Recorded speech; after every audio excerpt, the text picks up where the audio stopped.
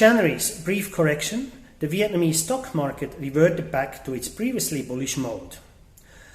Foreigners continued to be net sellers, while domestic investors easily compensated for those sales.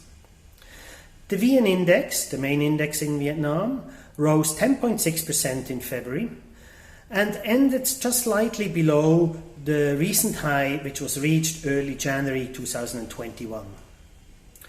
Our portfolio also had a strong run and increased by 9.5% in February. 2021 is the Chinese Year of the Ox, which in Asia is usually seen as a positive year for stock markets. A recovery in global economic growth from the second quarter of 2021 on strong consumer growth in China and the Biden presidency heralding an area of international cooperation and investments in green infrastructures to combat climate change could underline the positive mood. Hi, my name is Andreas Vogelsanger. I'm the CEO of the AFC Vietnam Fund.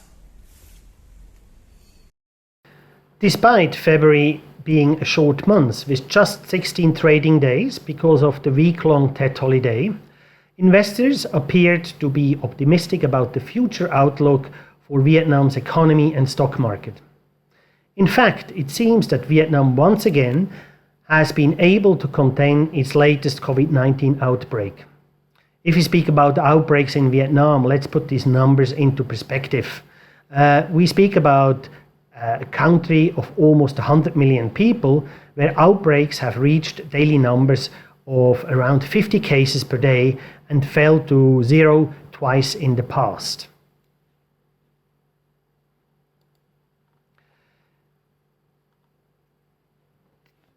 The successful combating of the pandemic also limited the negative economic impact and subsequent needed measures to support affected companies and individuals.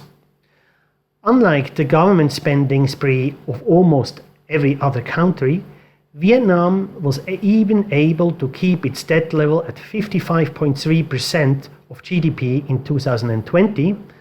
That's compared to 63.7% in 2016. So significantly lower than 2016, which is quite an achievement, one could argue.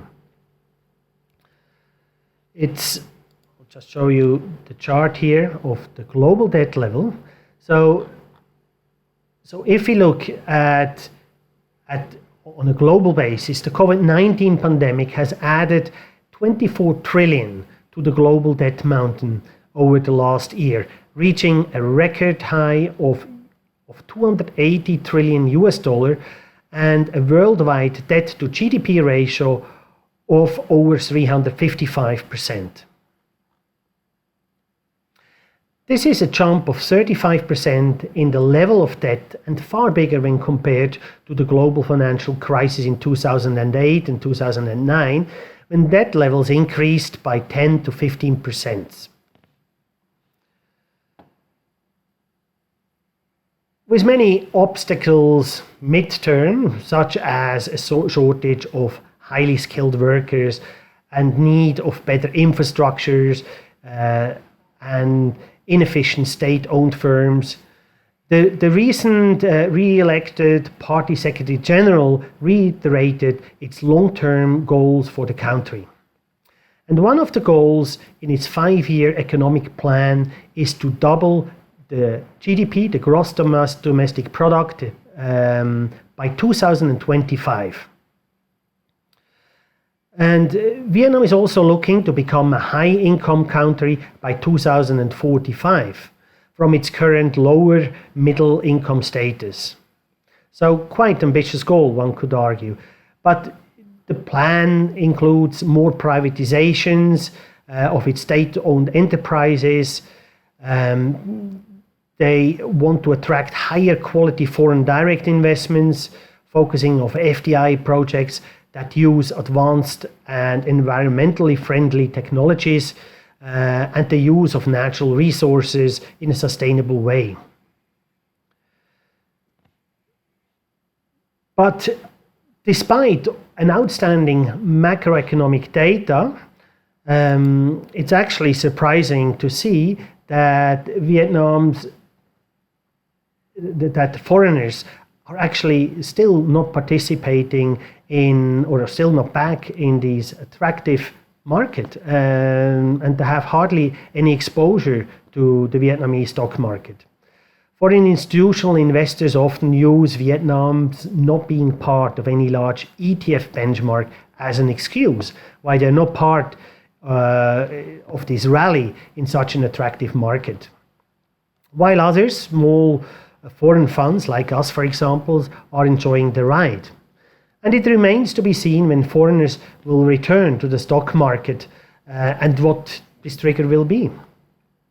Of course, one of the triggers, which is always talked about, is that Vietnam finally will be upgraded by MSCI to emerging market status. But we'll see when this is going to happen.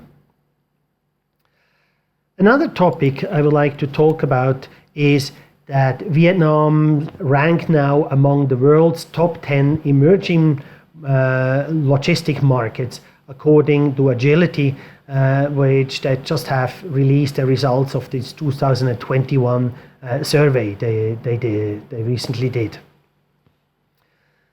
And of course, Vietnam is rapidly becoming a popular and important manufacturing hub, and that obviously helped the reason why now Vietnam is part of the top 10 emerging logistic markets.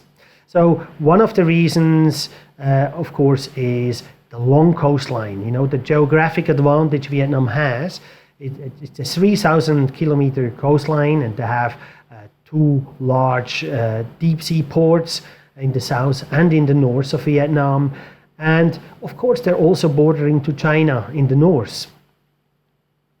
And one other important impact is the surging FDI over the past 20 years. So FDI stands for foreign direct investments.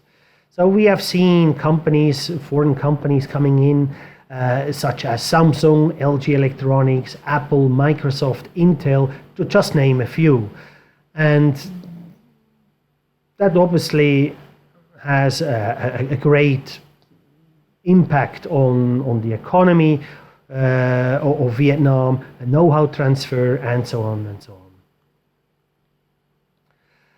And also, of course, this led to a strong export growth.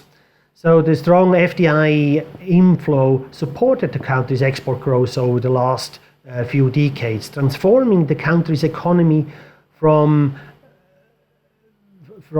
once a small, isolated economy into a manufacturing-based export economy. Here you see a chart of these export growth over the last few years. Another important factor, of course, is the Vietnam's free trade agreement, which they successfully negotiated over the past few years. So in January 2007, it started with becoming a member of the World Trade Organization, and maybe the latest example on the other end is just the RCEP, so the Regional Comprehensive Economic Partnership Agreement, which is a massive, huge free trade agreement, and then the free trade agreement with the UK, which just has been signed and negotiated.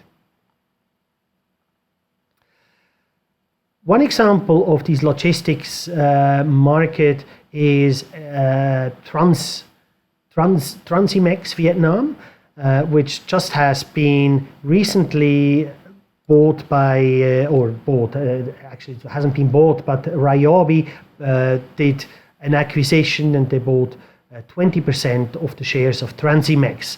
So they now have a successful cooperation agreement between the two groups, and that benefited Transimex significantly, that cooperation with Ryobi Group from Japan. And together they set up one of the largest and most successful logistics centers in Ho Chi Minh City at the High Tech Park in District 9. Here you see a picture of this logistics center. So, as I said, TMS or Transimex participated or benefited significantly from these cooperation. And when you look at the revenue increase over the last 10 years, they increased by 1,340%. And if you look at profits, they increased around 556% over the last 10 years. So quite a staggering increase. And if you look at current valuations, despite this sharp increase, actually current valuations are still very, very attractive. We have a PER ratio of only 8.3 times and a price book of 1.1, which you could argue are not demanding valuations. And if you look at the stock price here, it's yes, it had a very, very nice run, and we were happy investors over the past, but actually we will continue hopefully to be happy investors in the future, because as I said, valuations are not demanding, and this market is just growing with more and more foreign companies coming in, manufacturing in Vietnam, having the need of logistic services, and exports are continue to grow. So this was all from me. Thank you very much for listening, and I wish you a successful month, and you're going to hear from me again beginning of next month. Thank you and goodbye.